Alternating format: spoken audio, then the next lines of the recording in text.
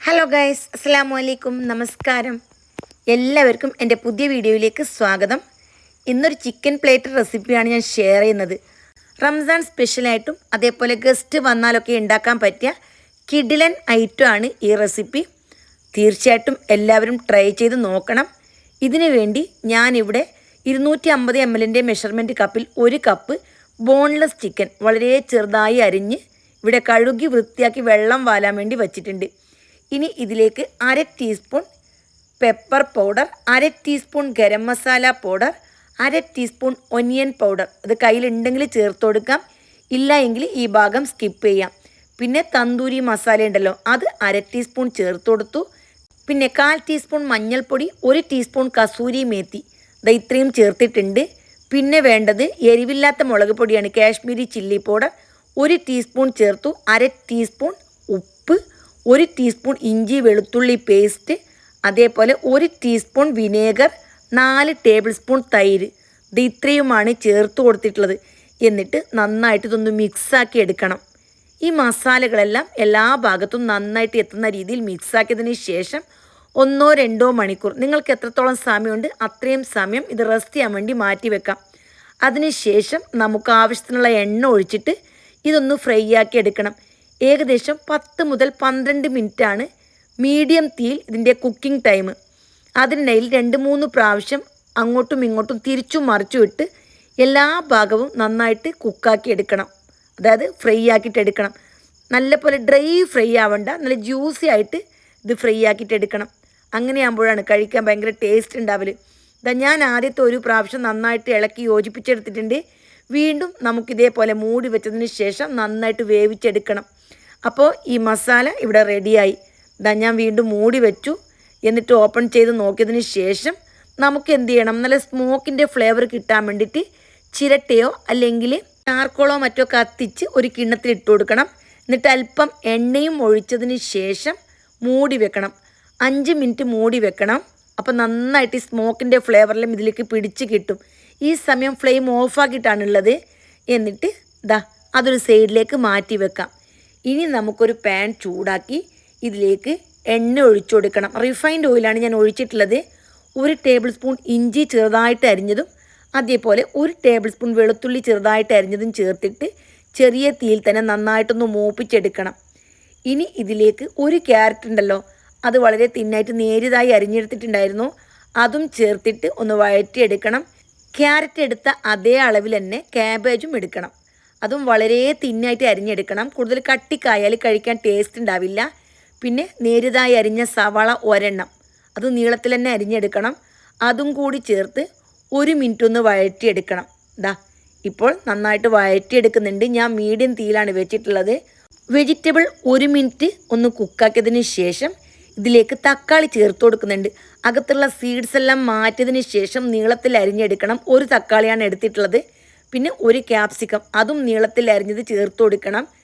ഇനി ഇതെല്ലാം കൂടി ടോട്ടൽ 2 മിനിറ്റ് മാത്രമാണ് വേവിച്ചെടുക്കേണ്ടത്. അതായത് ആദ്യം വെജിറ്റബിൾ 1 മിനിറ്റ് വേവിച്ചെടുത്തു, പിന്നെ തക്കാളിയും ക്യാപ്സിക്കവും ചേർത്തു. ജസ്റ്റ് ഒന്ന് വഴറ്റി കഴിഞ്ഞപ്പോൾ 1/2 teaspoon pepper, 1/2 teaspoon garam masala, 1/2 teaspoon ഉപ്പ്, ഇത് ഇത്ര ചേർത്ത് കൊടുത്തിട്ടുണ്ട്. എന്നിട്ട് നന്നായിട്ടൊന്ന് വഴറ്റിയെടുക്കണം. ഇനി ഇതിലേക്ക് 1 teaspoon vinegar, 1 teaspoon soya sauce, ഇത് അത്രയും ചേർത്ത് കൊടുത്തിട്ട് വീണ്ടും ഒന്ന് വഴറ്റിയെടുക്കണം.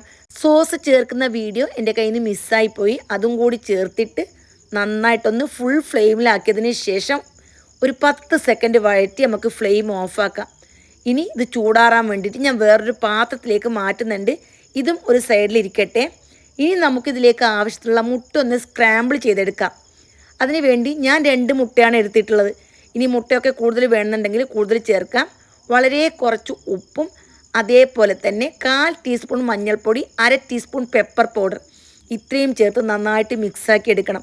ഒരു നോൺ സ്റ്റിക്കിൻ്റെ പാനിൽ അല്പം എണ്ണ ചൂടാക്കിയതിന് ശേഷം ഈ മുട്ട ഒഴിച്ച് നന്നായിട്ടൊന്ന് ചിക്കി പൊരിച്ചെടുക്കണം.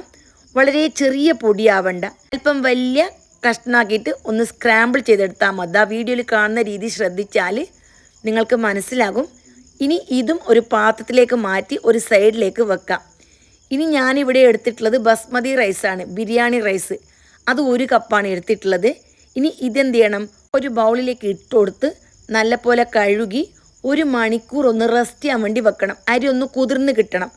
ഇനി ആവശ്യത്തിനുള്ള വെള്ളം തിളപ്പിച്ചെടുക്കാം. 3.5 കപ്പ് വെള്ളമാണ് ഞാനിവിടെ ഒഴിച്ചു കൊടുത്തിട്ടുള്ളത്.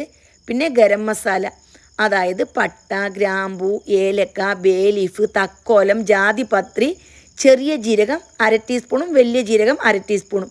പിന്നെ ആവശ്യത്തിനുള്ള ഉപ്പ് 3/4 ടേബിൾ സ്പൂൺ ഉപ്പാണ് ഞാൻ ചേർത്തിട്ടുള്ളത്. 1 ടേബിൾ സ്പൂൺ ഓയിലും അതേപോലെ 1 ചെറുനാരങ്ങയുടെ പകുതി ഭാഗം അത് പിഴിഞ്ഞ് തൊണ്ടോട് കൂടി ചേർത്ത് കൊടുക്കണം. അതും കൂടി ചേർത്തിട്ട് നന്നായിട്ടൊന്ന് തിളപ്പിച്ചെടുക്കണം.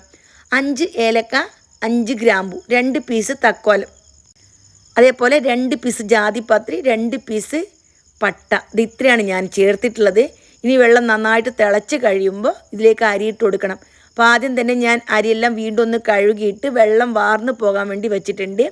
വെള്ളം തിളച്ച് കഴിയുമ്പോൾ ഈ അരി ഇട്ടിട്ട് നന്നായിട്ടൊന്ന് മിക്സാക്കി എടുക്കണം.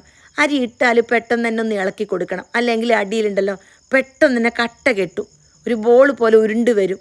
അപ്പോൾ അതിന് വേണ്ടിയിട്ടാണ് നമ്മൾ അരി ചേർത്താൽ പെട്ടെന്ന് തന്നെ ഒന്ന് ഇളക്കി യോജിപ്പിച്ചെടുക്കണം.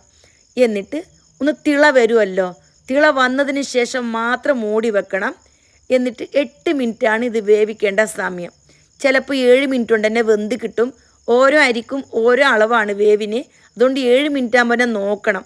എന്നിട്ട് നമ്മൾ എന്ത് ചെയ്യണം, ഒരു പാത്രത്തിലേക്ക് ഊറ്റി വെക്കണം. ഞാനിവിടെ 8 മിനിറ്റ് ആകുമ്പോഴാണ് ഊറ്റിയെടുത്തിട്ടുള്ളത്. ഇനി അത് അവിടെ ഇരിക്കട്ടെ, നമുക്ക് ഫ്രൈഡ് റൈസ് ഉണ്ടാക്കാം. അപ്പോൾ അതിന് വേണ്ടി അല്പം എണ്ണ ഒഴിച്ചു കൊടുത്തു. റിഫൈൻഡ് ഓയിലാണ് ഞാൻ ഒഴിച്ചിട്ടുള്ളത്. എന്നിട്ട് 1 ടീസ്പൂൺ ഇഞ്ചി, 1 ടീസ്പൂൺ വെളുത്തുള്ളി, 1 സവാളയുടെ പകുതി ഭാഗം ഇത്രയും ചേർത്ത് കൊടുത്തു. ചെറിയ ഒരു ക്യാരറ്റ്, വലുതാണെങ്കിൽ പകുതി മതി, അതും വളരെ ചെറുതായിട്ട് അരിഞ്ഞെടുക്കണം. ജസ്റ്റ് ഒന്ന് സോട്ട് ചെയ്തെടുക്കണം. ഈ വെജിറ്റബിൾസ് ഒന്നും കൂടുതൽ കുക്ക് ചെയ്യേണ്ട ആവശ്യമൊന്നുമില്ല. എന്നിട്ട് നമ്മൾ ക്യാരറ്റ് ചേർത്തില്ലേ, അതിനേക്കാളും കുറച്ച് കുറവ് മതി ക്യാബേജ്, അതും കൂടി ചേർത്ത് വീണ്ടും ഒന്ന് സോട്ട് ചെയ്തെടുക്കണം. ഇനി 1 പച്ചമുളക്, അതും വളരെ ചെറുതായിട്ട് തന്നെ ഞാൻ അരിഞ്ഞ് ചേർത്ത് കൊടുത്തു. ഇനി അതും കൂടി സോട്ട് ചെയ്യണം. എണ്ണയെല്ലാം കൂടുതൽ വേണമെന്നുണ്ടെങ്കിൽ കൂടുതൽ ചേർക്കാം. പിന്നെ 1 ക്യാപ്സിക്കം, ചെറിയൊരു ക്യാപ്സിക്കമാണ്, അതെടുത്തിട്ട് നന്നായിട്ട് ചെറുതായിട്ട് അരിഞ്ഞ് അതും ചേർത്ത് കൊടുത്തു. പിന്നെ 1 teaspoon pepper, 1/2 teaspoon garam masala, പിന്നെ 1 ടേബിൾ സ്പൂൺ സോയാ സോസും കൂടി ചേർത്ത് കൊടുത്തു.